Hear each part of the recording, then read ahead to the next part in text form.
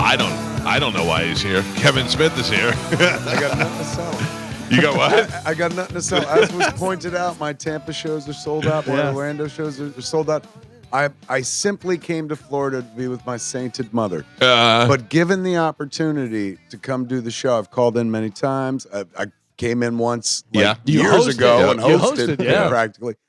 But given the chance to come be on the show, even though I had no agenda. Right. Not push anything. No need. You don't need us for anything. I looked. I did the pulled out Waze. Yeah. Looked at it and still came. I did yesterday. I looked at it, so I did the look ahead in the morning to be like, well, if I wanted to arrive at the appointed 8:30, when would one have to leave? And 8 o'clock I was going for, then I wound up being later. And it was like 6:30, and so I was like, oh, it's criminally low. Like I could get here in 86 minutes. While you were traveling and making those decisions, I asked Siri how much your net worth is. And when Siri told me, and I don't know that this is true, but it said upwards of $25 million. Siri's nuts. Bro. I said, there's no way that I'm driving 90 minutes to go see anybody. Siri's nuts. I wish I was rich, man. Yeah. There's a reason you see me so often. That's because I got to pay bills. But you know what? We had, it reminds me of, we had Tracy Morgan came to Smodcast. I got my own movie theater up in Jersey in my hometown, one of my hometowns. Right. Atlantic. I grew up in Highlands, Atlantic Highlands, the town right next to us and stuff.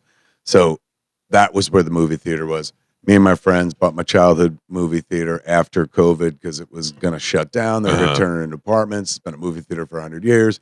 So a filmmaker owning a movie theater is adorable. However, worst financial decision I ever made. Film exhibitions to the toilet. We had to go nonprofit in the theater. So in any event, we do screenings there all the time where I come and we upcharge and we'll do shows and stuff. Like one of the fun shows we're doing again next year is Clerks, open all night. So you come at 11 o'clock. At midnight, we lock the doors. And like from midnight till 6 in the morning, we watch all 3 Clerks movies and then do breakfast from Quick Stop at 6 a.m. Oh, that's awesome. So you could charge $69 for that, a very cheeky $69.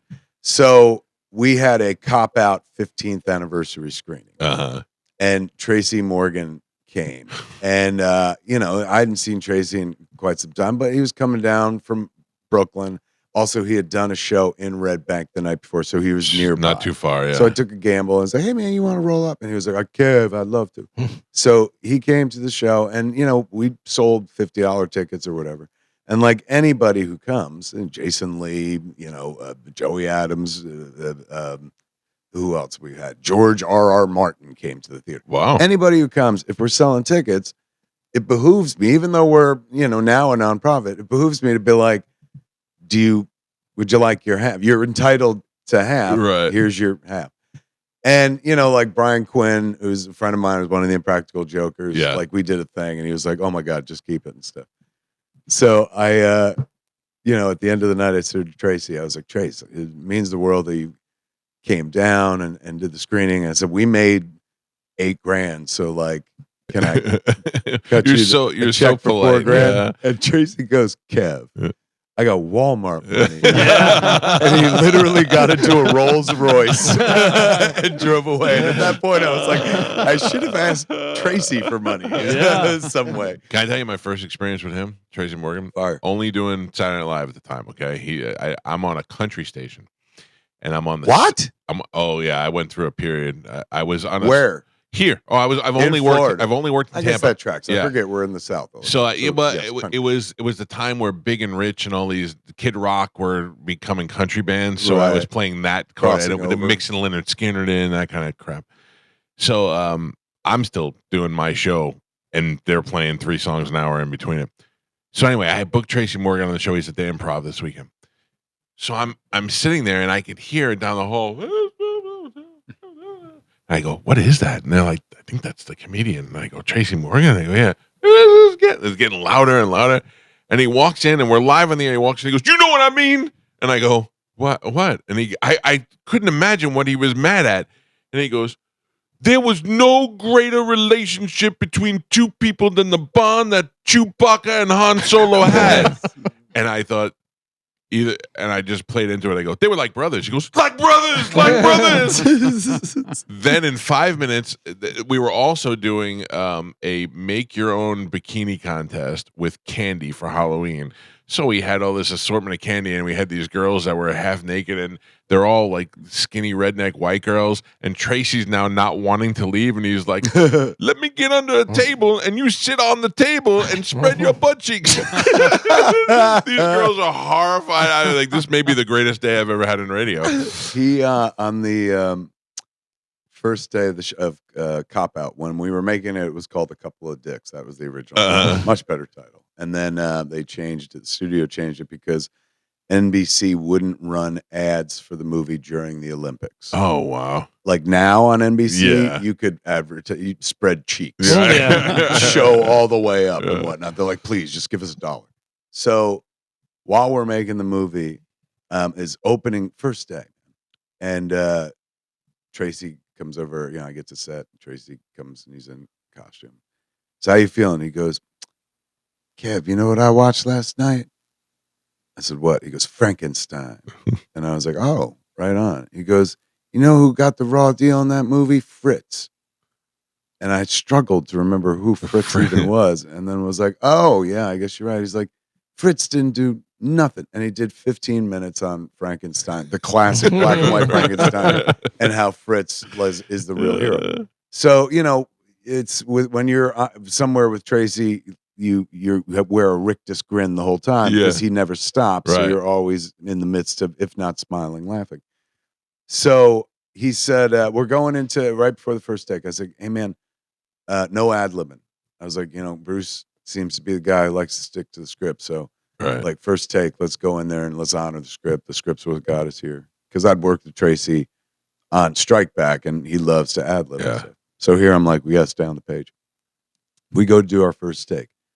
Action. So it's those two sitting at a diner table, a scene that got cut from the movie ultimately. Bruce starts ad-lib. He's looking out the window casually. He's like, is that Connie Chung out there? I think that's Connie Chung. And so Tracy tries to do some dialogue, and then Bruce goes, damn, if that ain't Maury Povich out there. I'm pretty sure that's Maury Povich. And then Tracy tries to stay on script, and then Bruce goes, hey, that guy looks like Yoda. All of his references were before he got famous. Right. Like that's his pop culture references, because then Bruce becomes pop culture mid-'80s, 1986, and he stops paying attention because he is the culture. So we go through that whole take, go cut, and I go talk to Tracy, and Tracy goes, Bruce is ad-libbing. I said, yeah, it's crazy, right? He goes, well, I'm an ad-lib now too. And I was like, I guess. He opened the door, go ahead. So we go to the next take, action. And Bruce is going, is that Connie Chung out there? And Tracy goes, yo, Jimmy, you know what I watched last night? Frankenstein. And he literally does the 15-minute bit at Bruce Willis. And I'm pretty sure that's where I lost Bruce, because Bruce was like, it's one thing to look out the window and be like, I think I see Connie Chung. Right. Tracy went on a 15-minute, like worthy of getting up at the Improv and crushing for 15 minutes and leaving the scene in the dust. And then Bruce was trying to like reintroduce the dialogue, but Tracy was rolling. And I honestly believe that's where the troubles began. Dude, how hard is that how hard is it as a director to tell people of that caliber what to do and whatnot? And like, it was like I'm out on the road with Dogma, so I'm doing a lot of Dogma stories. And I tell one about Rickman, where I'm like, I didn't direct Rickman, right? Like, that performance did not require me. Yeah. And the one time that I quote unquote like directed or did like even my version of it, there's a term of art called line reading. So if an actor's saying it, a way that it's like, no, that's not it. If you tell the actor how to say it like this, and then you do the line, that's called a line reading. Right. And allegedly, and probably truthfully, all actors hate it. I say allegedly because like I work with a guy all the time who loves it. Jason Mewes is like, just tell me how to say it. Done. And the shortest distance between 2 points. Most other actors hate it. First time, all through Clerks, I'm directing line readings because I wrote the script and I have it in my head how it's supposed to be delivered, right? So I'm like, if somebody does it wrong, I'm like, say it like this. And they're like, all right. Nobody cares on, I forget we're on radio. Can I sidetrack you real quick? Yes. Has there been a time that sticks out in your head where when you're writing it, you have a scene and then somebody read it a different way and you're like, 100%. Yeah. 100%. That does happen eventually in the career, but certainly not on Clerks. Right. Clerks, since we're all amateurs and like I'm the one putting up the money, I'm my say goes, I wrote the script. This is how it should sound. Mallrats, I rehearsed with Shannon Doherty, great Shannon Doherty. And one of the first times we're rehearsing, she says the line differently than I heard it in my head. So I was like, oh, Shannon, it's not that. Say it like this. And she goes, did you just give me a line reading? And I was like, is that what it's called? Then yes. I didn't know there was a name for it, but I guess. And she goes, actors hate that, Kevin. Never do that. Never do that for actors. And I was like, all right. Chasing Amy, it was all people I was friends with again. Went back to line. Dogma, working with Alan Rickman. Yeah. Who there's no need to direct. He interprets the script perfectly. He embodies the character.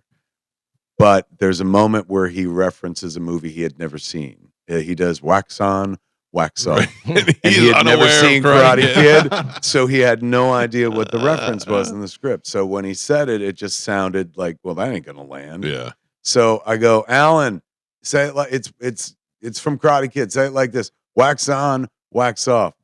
And he slowly turns to me with a look that would be lethal if I didn't know the dude a little by then. Yeah. But definitely serious as a heart attack. And he goes, royally trained. And then turns back and goes to his job. But then there are people like on Dogma as well. There's a great line that Chris Rock has about Jesus, which I can't do, not even on the radio, not even in the real world, because I'm not the right race. But it's a fantastic line. Where Linda's Bethany character goes, you knew Jesus. And then he goes, knew him. And the line is it's only a line that Chris Rock could come up with. The line in the script was, knew him. I saw him naked. Chris's line is far better, but one that I would never in a million years, as a man of non-complete lack of color, write down. Right. So, or even think, let's be fair. Chris drops it in the third take. Whole cast and crew busts up, and it's a fantastic line. Yeah, and I'm even laughing. We have to break because, he has only two things after that. He walks away, but everyone's laughing. We cut the take, and I go, "Oh my god, I wish I could leave that in the movie." He goes, "What are you talking about?" Because everyone's laughing. I was like, "What? How am I supposed to handle the credits, man? Like written by Kevin Smith with one great line by Chris Rock." And he goes, "I don't care. I don't need credit." He's going, "But it makes the movie funnier. Leave it in." He's going, "You're gonna get credit anyway." I was like, "Oh my god, you're right." So from that point forward, I started being more amenable. The next movie I worked on was Jay and Silent Bob Strike Back. We had Will Ferrell. And inarguably, you've got people who are funnier than you. Yeah. So at that point, there's a chance they're going to say something in a way you didn't think or bring a new line to it that, like, back in the day, used to be like, no, I can't take your lines. Like Affleck would the ad-lib all the time. It's the king of the ad-lib. Yeah. He loves to button everything with a joke and stuff. And so he'll do your script, but then he throws in a little of himself. And a dance and a song that's going to cost you more money. Yes, it makes it more expensive. I told him at one point, I was like, please, dude, like, don't do that. If you want to, like, make up stuff for movies, like, write your own script. And he did that and he won an Oscar. Yeah. So the advice, I wish I could visit upon myself. Do you ever get intimidated by anybody? On set? Yeah, like that. Like, I mean, I guess I wasn't intimidated by Alan on Dogma only by virtue of the fact that we didn't reach out to him. I never would have been like, let's get Alan Rickman. The dude was like way above our station. Right. But he had gone in for a meeting at Miramax, and John Gordon, who was our exec, was like, hey, man, you'll never guess who was just in here. I said, who? He goes, Alan Rickman. I was like, Hans Gruber was in the building? Did he blow it up or what? And he goes, I said, what was he there for? And he goes, we're talking to him about this Merchant Ivory movie. We're trying to get him to this Merchant Ivory movie, but all he wants to talk about is whoever directed Chasing Amy. I was like, I directed Chasing Amy. He's like, we should send him a script. And I was like, oh my God, he would be an excellent Metatron. I would never have presumed, like, one of my favorite actors, the guy who destroys every part he's in the best possible way, would ever align with our material. Right. And even in this script, I didn't think about it. But once he showed interest, we threw out instantly. And he was, other than Jason Mewes, The fastest yes I ever got from an actor in my life was Alan Rickman. Wow. We sent him the script. We FedExed him the script. He received it that morning. 2 hours later, called us, and he was like, I'm in. Because he loved Chasing Amy. He really did. And then oddly enough, like it took me until almost when Alan died to realize, oh, we're friends. He stayed in our lives, and I always thought he was just being professionally courteous because it was like, oh, we made a movie together and stuff. Yeah. But like whenever I went to England, I would get a phone call no matter where I was. He'd be like, Kevin, it's Alan Rickman. You're in my country. I'm taking you out to lunch. Oh, wow. And then sometimes I'd get a phone call. We'd be like, Kevin, it's Alan Rickman. I'm in your country. You're taking me to lunch. He like kept our friendship going, man, for years. And I never realized that. But on set, by the time we got to set, while I did revere him, and more so than being intimidated, I was like, are you sure you want to do this for your career? Like you're doing quite well. Are you sure you want to drive here from Orlando? Yeah, I get it. Yeah. That's how I felt when Kevin pulled up this morning. Yeah. Like, are you sure, man? That was the most I had. But I wasn't intimidated by. Willis, I was intimidated by, and I think that's what affected our relationship. Yeah. I think like when I made a movie with him, when I was just in a movie with him, I was in Live Free or Die Hard. Right. And I was just a cast member. He loved me. When I was the director, perhaps I was like, oh my God, Bruce Willis. You know, maybe I was the little dog that bounces over the big dog in the Warner Brothers cartoon. Yeah. And perhaps that turned him off. I don't know. Perhaps it had something to do with the health condition that would come later on. Who knows? But at the end of the day, I feel like perhaps I was too like enthusiastic puppy and intimidated at the same time. He understandable. Which is weird because I worked with both of the leads of Die Hard. Yeah. And one of them who was like super great. The legend. Yeah. Like I was absolutely cool and comfortable with. And the one who's like from my country, from New Jersey, the pride of Penns Grove, New Jersey. I was intimidated by, you got to remember 2.5 years ago, I went in a mental hospital. So like everything ain't right upstairs. Yeah. Listen, I get it, man. I was reflecting last night. I can't watch TV for an hour without going, that guy's been in our garage. That guy's been in our garage. And I said, isn't that wild? It's insane to me. And then last night I said to my wife, who really doesn't care about anything. Right. I said to her, I go, tomorrow, Kevin Smith is going to be here and David Koechner, both in our garage. And Koechner was here, or he was coming. He's coming today. He's going to be here soon. Yeah. He's lovely. He's great. He's great. I was honestly, it's so weird you bring him up. I was just thinking of him because when I was driving out here, I was listening to the news, and I'm not a political guy, but who's the money guy in our country who's like, these tariffs are great, you're out of your mind? He's a very looks like Koechner. Artie Fufkin. Oh yeah, I know what you're talking about, but I don't know his name either. Lufkin, yeah. They were playing some clip of him talking to the president, and he was so obsequious that it reminded me of that Koechner sketch where he was like, oh Lord, on SNL, like the Fops, I believe it was called. So I was literally thinking about that dude. That's wild. He's gonna be here. Yeah. I was in a movie with him. My friend Josh Roush made a movie called Wrong Reasons, and Koechner came in and did a day. I wondered if you guys had crossed paths. I also worked with him on The Goldbergs as well. Oh, okay. But it's crazy when you get to work with people who you actually enjoy. I mean, naturally, we all love him from Anchorman and stuff. But going back to SNL, like that was my first impression of him, and I was like, that dude was legit funny. Yeah, I was gonna say, do you know why you came up with the name Artie Fufkin? Why is that there? That's Paul Schaefer from Spinal Tap. That's the guy who bends over. He's like, go ahead, smack my ass. Yeah.